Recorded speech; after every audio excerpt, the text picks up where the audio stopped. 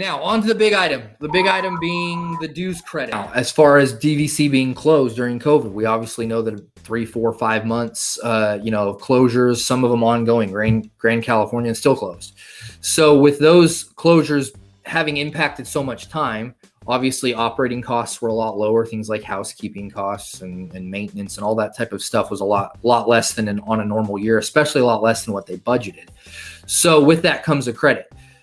I want to tell people this is nothing new.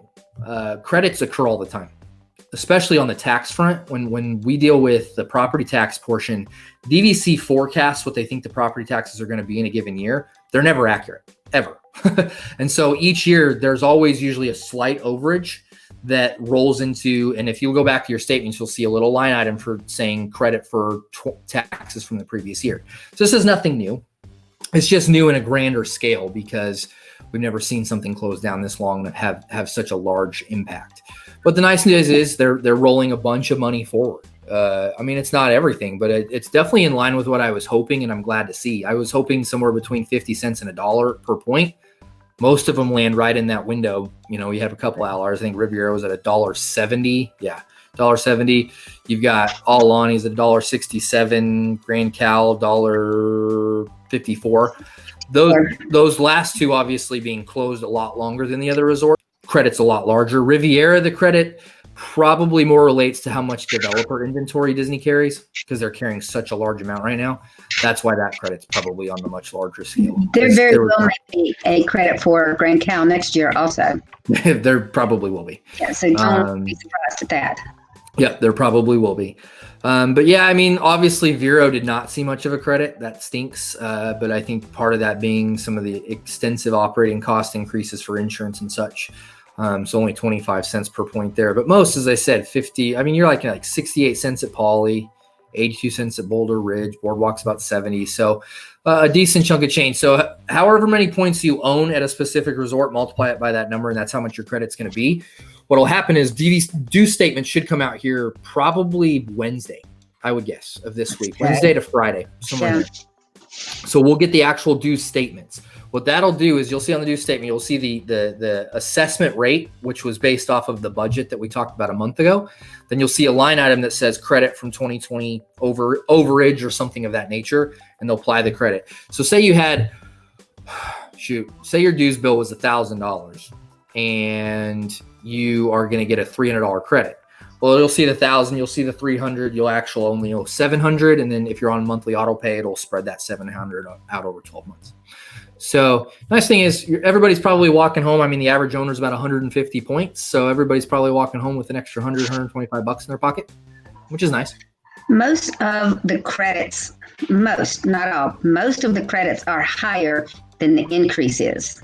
Oh yeah, absolutely. Remember that. And next year, we're not going to have that credit.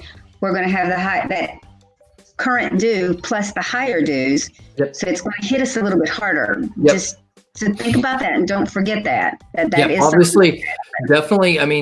From year to year, don't take the credit into account. You need to look at what the actual assessment amount was in terms of dues. The credits just, this is a one-off type of scenario because of COVID. But yeah, you're right. Paul, look at Riviera, for example. Riviera only went up like 8 cents per point for the dues, and they're getting $1.70 credit. So, the dues are like $1.62 less than they were the first year. So Riviera owners are, that's a good thing. Yeah, I'm getting a lot of questions, and I'm just going to go ahead and finish and answer this. Joe knows what's coming. Yep. I have been getting questions from people. I sold my property in 2020. How do I get my dues credit? You don't. Nope. Whoever owns that property right now, as of December 15th, is going to get that credit. Yep. It doesn't matter if you paid the dues. It doesn't matter if the buyer pays the dues. Yep. Whoever owns that property as of December 15th gets the credit regardless.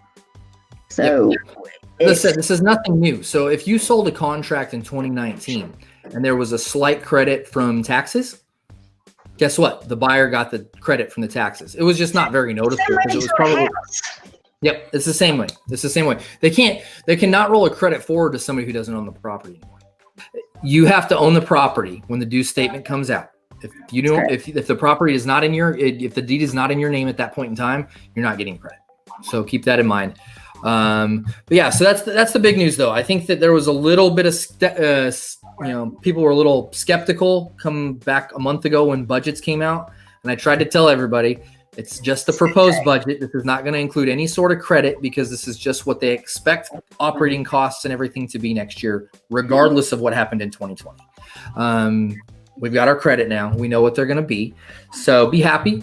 We actually, it's one of those things that Disney definitely took a hit this year in a lot of different factors. And so, you look at some people benefited from the annual pass, special rules allowing you to get a refund on your annual pass and keep dates and stuff. Some people walked out of there, got to take their trips with their annual pass and then got all their money back. Some people still have a Platinum Plus and can't get the Plus part back because the water parks still aren't open. Yeah, that's true. There's winners and losers in it all. I mean, I think we just all have to kind of realize that it's not a perfect scenario. We are owners. Keep that in mind. This is I try to remind people that each of these specific resorts are not owned by Disney. They are owned by the condo association and the people that own actual minor, small pieces of real estate there. Disney does not own these. So keep that in mind, that Disney doesn't take all the responsibility when something like this happens. We have to take on some of it. But we get the benefit of the savings over the long run. If you found this video helpful, please click the like button and subscribe to the DVC Shop YouTube channel. We have some great educational videos coming out soon, so be sure to turn on notifications to be the first one to know when they're released. Additionally, feel free to join our email newsletter by going to dvcshop.com/signup or clicking the link in the description. You'll get exclusive discounts and you'll be the first to know when we release new and price-reduced DVC resales and rentals. Thank you for watching and happy traveling!